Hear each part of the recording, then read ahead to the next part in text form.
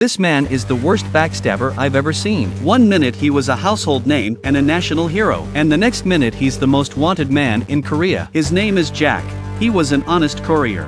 One day he accidentally saved the life of a popular singer, and that's how he got on TV. He became a so-called model citizen, but fame has its troubles, and that was the day. Jack got a call from his best friend Alan after a delivery. They hadn't seen each other for a long time. Jack thought, let's see each other. So they met in front of an office building. As Jack went to deliver the goods, there was an explosion in the street. It was a presidential candidate who was killed. Alan told Jack not to trust anyone. Alan then took Jack's delivery truck and exploded in the car park.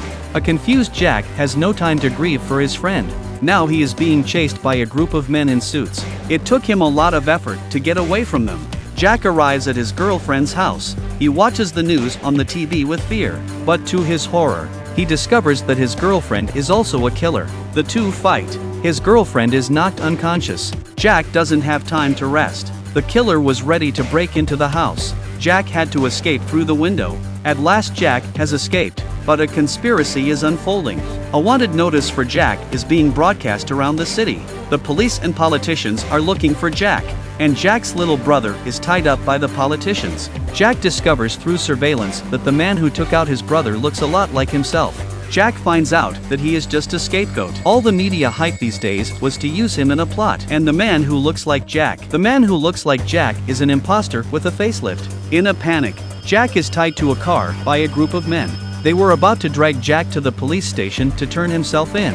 Just then a jeep comes along and overturns the car. A man rescues Jack from the car. The man took Jack to a dirty sewer. They went through the sewers to the man's secret base. The man's name was Tom. He is part of the same state secret service as Alan. Alan's death makes Tom want to find out the secrets of the politicians. It is a dark night. A jeep parked on the side of the road is shaking strangely at the moment, but it's not what everyone thinks it is. Inside is a tied-up Jack. He is trying to break free with strange movements to keep him from running off. Tom had tied Jack up. He arrived at the politicians' press conference alone. Escaping from the conference, Tom untied Jack. Tom asked him to leave, but Jack, who had found his savior so easily, he couldn't leave on his own. He begged Tom. Tom was touched by this naive guy too. Tom was ready to take him on a plan. First Jack found some of his other best friends. He gets the information on the plastic surgeon, but it didn't go well. While Jack was looking for his friends to get the information, he's being chased by a killer, and thinking he's been betrayed, Jack almost breaks down. He blurts out to Tom. He said he just wanted to be a good man. How hard it is to live a good life. The killers didn't get Jack. They were so angry that they started targeting Jack's friends. The killer warned them not to help Jack anymore. But these guys were really good friends too. They were tough.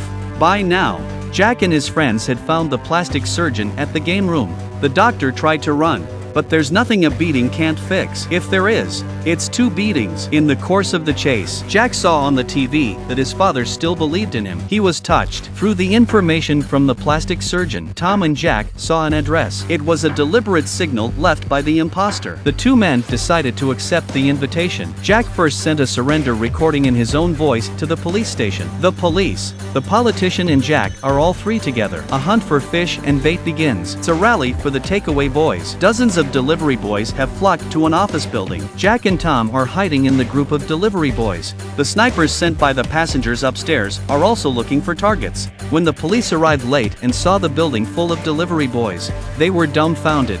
Jack arrived at the address in room 320. As soon as he entered, he was shot in the head by the imposter. Looking at the guy who had done so much to him, Jack couldn't help himself.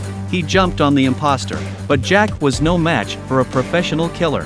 He was soon on the ground. Just as the imposter was about to finish Jack off, a knock on the door saved his life. To keep the police from seeing the secrets of the room, the politician's men came out to stop it. The 2 departments immediately drew their guns on each other. The 2 men inside the door split up. Jack was defeated without a shadow of a doubt. Just as the imposter was about to shoot, Tom came down from the sky. The imposter was killed with 2 shots, and the gun made the police break right through the door. Once again, the police are baffled when they see 2 identical people, and the politician saw the exposure. He detonated the bomb in the room. The team of cops all got their lunchboxes. This was a bit of a disaster. Tom, who had managed to escape the explosion, was confronted by the killer in the suit.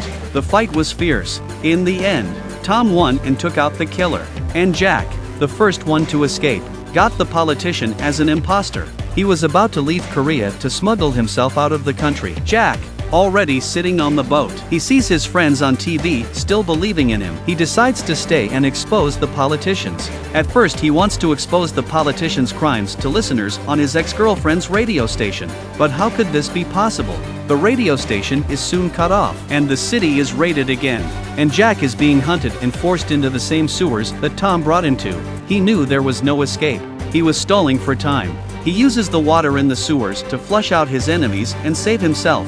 Jack emerges from the sewers dripping wet. He met the singer he had saved earlier. He took Jack to a red carpet party. Dozens of entertainment journalists saw Jack and instantly went wild. This is the biggest story of all. And Jack had tears in his eyes at the moment. His eyes were filled with emotion and hope.